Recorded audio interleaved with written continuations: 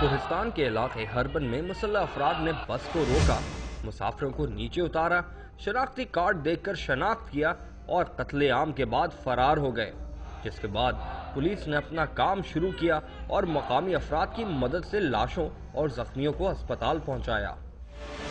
سانحہ کوہستان کے خلاف اسکردو سمیت گلگت بلتستان کے مختلف علاقوں میں کاروبار بند کر کے احتجاج کیا گیا۔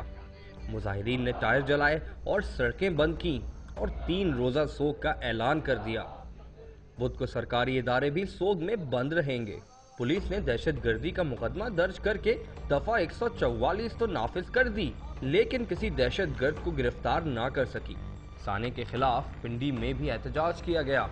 کچھ دیر مری روڈ بھی بند رہی۔ صدر زرداری نے بھی نوٹس لیا اور 3 روز میں رپورٹ طلب کر لی۔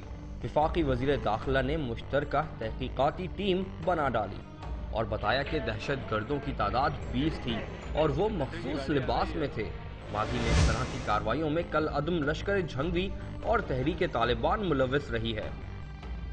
کافی کلوز ہمیں مل چکے ہیں اور جو ٹیم میں نے بنائی ہے وہ ہزارہ کے ڈی آئی جی ہیں اور یہاں سے آئی بی، آئی ایس آئی اور ایف آئی اے کے لوگ جا رہے ہیں۔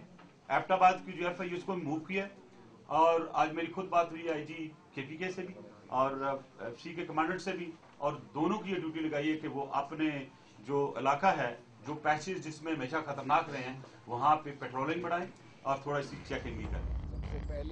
جعفری الائنس پاکستان نے سانحہ کے خلاف 3 روزہ سوگ کا اعلان کیا ہے اور نماز جمعہ کے بعد ملک گیر احتجاج کا اعلان کیا ہے۔ سانحہ کوہستان کو مختلف مکاتب فکر نے کھلی دہشت گردی اور انتظامیہ کی ناکامی قرار دیا ہے۔ علماء نے عوام سے پرامن رہنے اور دہشت گردوں پر نظر رکھنے کی اپیل کی ہے۔